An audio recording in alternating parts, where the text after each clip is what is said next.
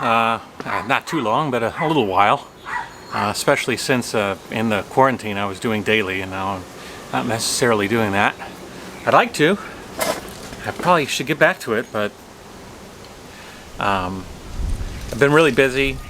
It's surprisingly hard to get computer time when Eva's running around and there's all sorts of obligations to get the house in order and things like that, but things are coming together. I'm at the old house right now. I'm actually on my porch here, which is really nice. I like having a nice outdoor porch. We have a balcony. That's about it. But the new place is coming together quite well. I'm on a back and forth run, picking up some shelving that I can take back to the house and start organizing and putting things on shelves and whatnot. We don't have a clear, defined, you gotta wrap this place up right away, and so I think we have a month or so to get all of our stuff out of here. So it's not like super urgent. So we can kind of take our time and put stuff in the new house and look at it, and take stuff from the old house and then put it in the new house and like look at it and think about it and yeah. So that's going on. For those of you that are still here, hi guys, my name is Matt. I'm in China. Just finished 2 quarantines, and I'm feeling sort of, I don't know, antisocial. If you are one of my friends out there that's been asking...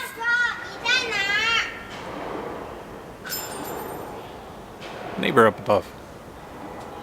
Hi. Hi. What's up? My name's Matt. What's your name? Happy.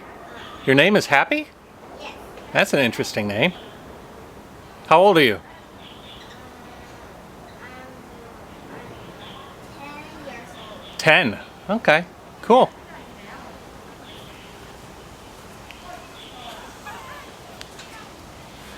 Anyways, I am a bit out of sorts. I sort of feel like those people, like Stockholm syndrome, I guess, might be. I've done 2 quarantines, been running back and forth from country to country, trying to do what's best for my family. I am spending an extraordinary amount of time looking at news articles and worrying about the future of America, or worrying about the future of China, worrying about relations between the 2 countries, and worrying about just everything, fielding massive amounts of conspiracy theories and massive amounts of anger on both sides, deflection here and blaming here, and I'm just having I'm like, do I try to offer my opinion? I feel like I have an interesting opinion on all those issues. I've quarantined in both places. I've seen both places preparing for this virus or lack of preparing, and I feel like I have a pretty good take on things, but it just feels like it's just getting really, really serious and complex. And I was talking to a friend. I'm like, it's sort of like dominoes, where it's like the first domino go boom, boom, boom, and then the 2, and then 3 rows, and then it starts massively, and then all these dominoes are falling all over the place. And as people die, people have real emotional anger and resentment and hatred, and it's being directed at certain places, and maybe I don't think it's being directed at the right place. But how can you defend against somebody who's lost, loved one, or is stuck inside, or lost their job, or lost their income, or lost their savings? I mean, so many people are being put in circumstances that they're the perfect catalyst to become angry at the world. And there's all this anger and pressure, and all you got to do is poke one hole where do you want that anger to go.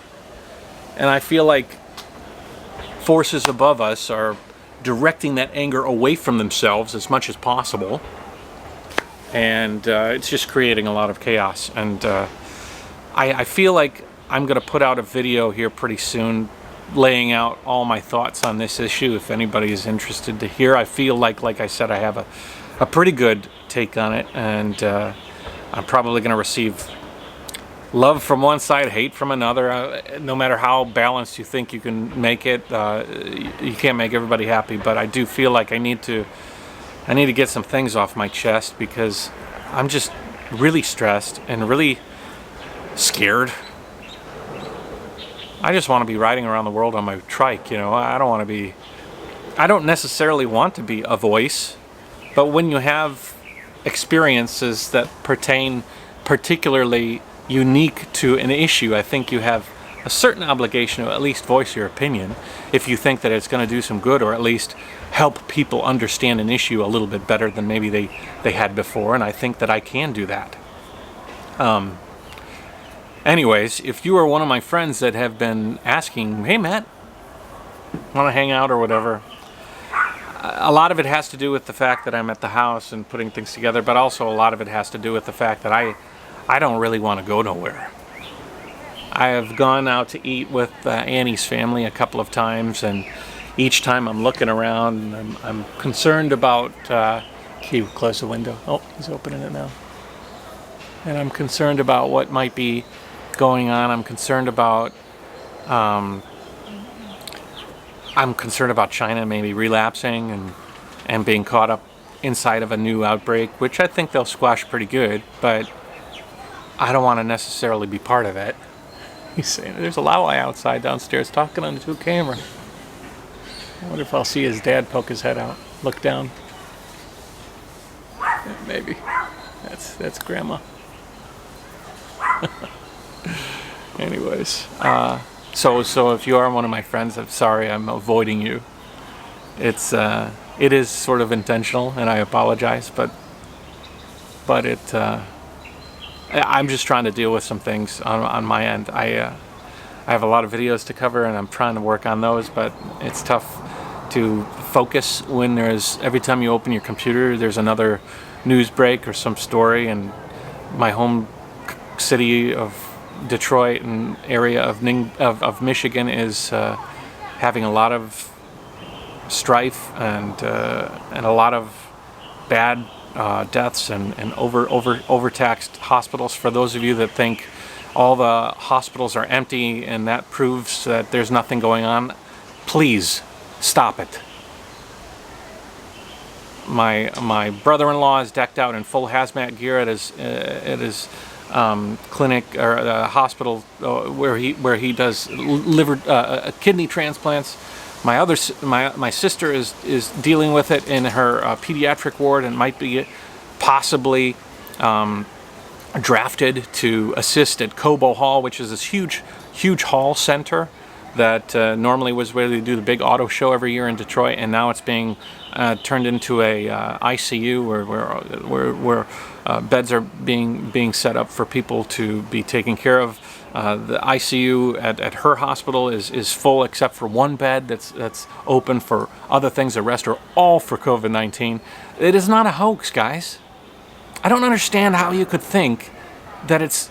Well, I can understand, actually. There's so much stupid voices out there, and everybody has a voice now, even me, you know, we all have voices, and you got to pick and choose as a viewer which one you're going to latch onto, and then once you latch onto it, the whole bubble wraps around you, like Google's algorithm or whatever will put every idea that feeds your worldview, it will push to you, and so you find yourself in a never-ending circle of confirmation bias, you know, like everything that you worry or think or conspiracy theories you believe all the content you get will be confirming that theory, whether it's right or whether it's wrong. And so I really do try to empathize with people. People that don't agree with me, people that do agree with me. I try to watch all sides. I've been watching content from some YouTubers who are on the other wavelength that I think that are believing in crazy theories, and I've been trying to consume those so that I can understand that point of view, because I really do want to make a good video upcoming that's kind of like a debunking the current narratives, infusing my opinions, and talking about what I believe, and maybe lending some credence to that via my experiences, and maybe steering a conversation to a little bit more of a rational place, or what I believe to be a rational place. I'm not going to say that I'm right about everything, you know. I'm trying to stay, have an even perspective, you know. But geez, there is some real anger and hatred, and when you add in the uncertainty of a pandemic and the thriving of this pandemic on people who aren't taking it seriously, the blame game starts, and people start really, like I said, directing their anger in certain directions that might not be none of the smartest places to direct them, and might lead to something much, much worse in the end. Although I don't know how much more worse you can get than a pandemic. But anyways. So my friends out there, I think just give me a little bit more space. I'm just sort of laying low, not really interacting with anybody other than maybe through chat and online, but I'm not really interested to go out. I'm not really interested to do much. We tried, actually. Annie and her family, they went out for family dinner. We all went out to a resort. I brought the camera and we videotaped it, and it was this resort was beautiful. It was built on the far side of town, and it was empty except for us and a couple of other people, and it had all these it was like amusement park-ish, and it had like climbing walls and slides and all sorts of stuff. And I was thinking, like, wow, the investment to build this project, and then the fact that this virus is killing, you know, any sort of tourism is pretty incredible. So we ate dinner, but I was also like looking around, because when you eat, you have to take the mask off. So all of these people sitting there eating, sharing food. Chinese food is very everybody shares it, you know. So you're digging in the same dish that everybody else digs in, and so you're like, golly, we all are pretty sure we're all safe, you know. And Ningbo hasn't seen a case in months now, so it's good, but you can't help but be a little bit paranoid. Oh, one more thing before I go. Wet markets. Lindsey Graham, who is a spineless piece of garbage, that guy. I mean, if you're a Lindsey Graham fan, I would really like to know how you can justify his total flip-flop from being best friends with John McCain bosom buddies, to denouncing and calling Trump all sorts of manner of things, to his complete sellout bosom buddy now to Trump. It's really incredible. Anyway, him and Tim Cotton, who's another guy who is, if you don't know, these are politicians in the States. Tim Cotton is really pushing the anti-China narrative, really pushing this hatred towards that, and throwing out all sorts of conspiracy theories. And I've educated myself on a lot of these theories as much as possible. I have still not diverged from my initial suspicion or initial understanding that this virus came out of a wet market in Wuhan. But anyways, they want to close down all wet markets, and they want to force China to close down all wet markets. It's just like, I don't know. I get into more of it later, but just to let you know, hundreds and hundreds and hundreds, if not billions of people get their daily foods from wet markets. Wet markets are simply large outdoor, or mostly outdoor markets, or open air markets, where there's food and all manner that's being sold. It's not a supermarket, it's a wet market, you know. So you'll have meats and fish and seafood and vegetables and all sorts of things in displayed. I don't know if you understand the size and scope of China, a lot of people out there, and it's understandable. I didn't either. When I moved to China, I didn't know hardly anything about it, but I learned because I was here, and I saw it with my own eyes. When you see something with your own eyes, you start to really understand it. I cycled through small outposts in China. I cycled through Southeast Asia as well, and wet markets are how the majority of the population gets their food. They go to wet markets almost daily. They buy fresh stuff. I mean, it's very easy to sit in your house, go to Meijer, buy a prepackaged steroid injected lab-grown, not lab-grown, but farm-grown chicken, and say, this is the way it should be. This is the only way it should be. But there's a lot of positives about the idea of food coming fresh to a big market outdoor where people are distributing it and selling it, and the vegetables coming from the local farms, and the meats are coming from the local ranches and things, and it all comes together so that the local population, who might not have as easy access to a car or as easy access to transportation, grandma can walk down the street to her local wet market, buy her chicken and her vegetables, and then she can cook and sustain herself every day. And it's not just in China. We're talking Vietnam, Laos, Cambodia, Thailand, Indonesia, all over Asia, all over a lot of the world, in the Middle East as well, I'm sure. People survive off of wet markets, and it's a really naive and obviously blatant attempt to deflect, to say, well, they need to close down all wet markets now. Okay, banning exotic animal sales, I'm totally for that. That is really messed up.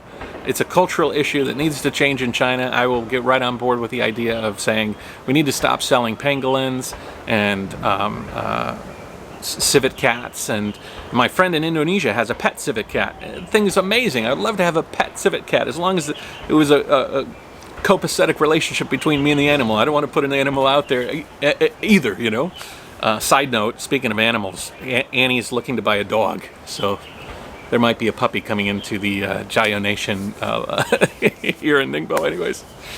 But yeah, wet markets, it's naive and ignorant to come out and tell another country, you've got to close down all the wet markets. China might be able to tighten up regulations on wet markets. They might be able to try to eliminate certain things in wet markets. Those are accurate arguments, and those need to be pushed on the Chinese government to try to enforce. But you got to understand how large China is. I mean, this city I live in is 8.3 million people in just this city. And this isn't even tier 1 city. I mean, Hangzhou across the way, I think, has 20 million people. Shanghai and Beijing and all of these places, huge, huge, huge cities. And there's cities that go all over China. Smaller, bigger villages, you know, and you the smaller, impoverished ones, the food standards are going to drop, you know. And so I'm not saying that China is guilt-free. I'm not saying that there aren't improvements that need to be made in China. But geez Louise, guys, there's a lot of mistakes being made. A lot of horrible mistakes being made in the management of this in a lot of the countries where you guys are watching. And those mistakes are sacrilegious, and they're killing you and my family.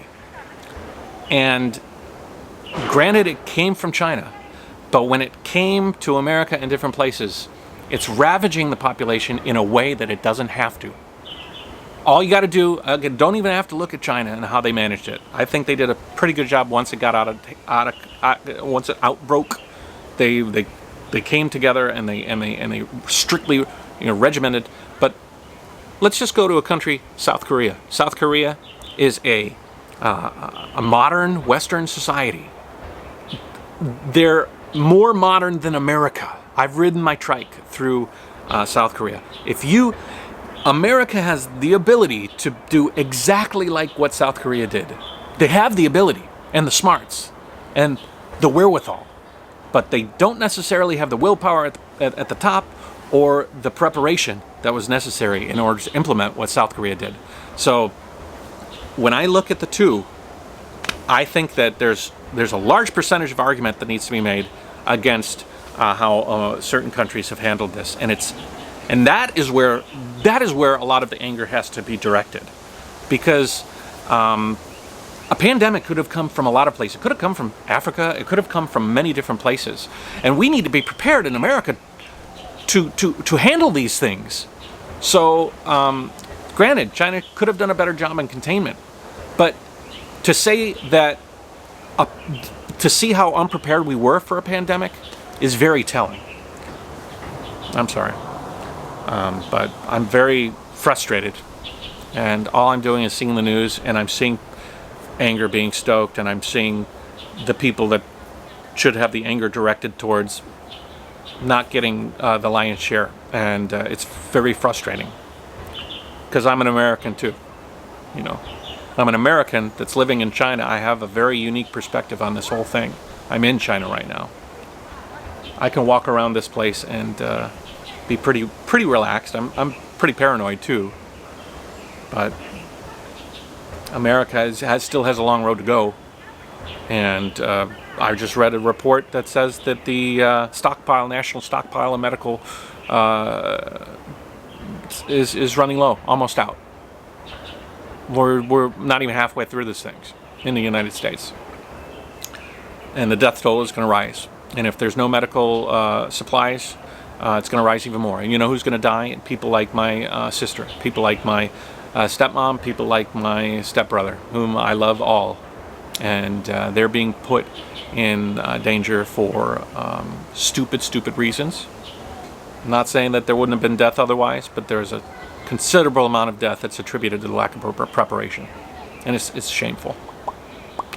Anyways, take it easy, guys. I'm sorry about that. I've got a more coherent argument that I want to make in a future video. Tomorrow, I think I'll upload this thing later tonight. Tomorrow you're going to have a video talk with the 3 other guys, some new guys. Alex is going to come on, so he's replacing Daniel Jumbrell. And we're going to talk a little bit about China versus the USA. And we'll see how that conversation goes. Everybody's got something to say about it. So take it easy, guys. Jayo, and I'm going to pack up some things, take it to the new house, and continue relocating my life to the other side of town. Jayo, everybody, stay safe, be careful, and if you got anybody that's in the medical field or service industry, don't give them a hug. give them a text.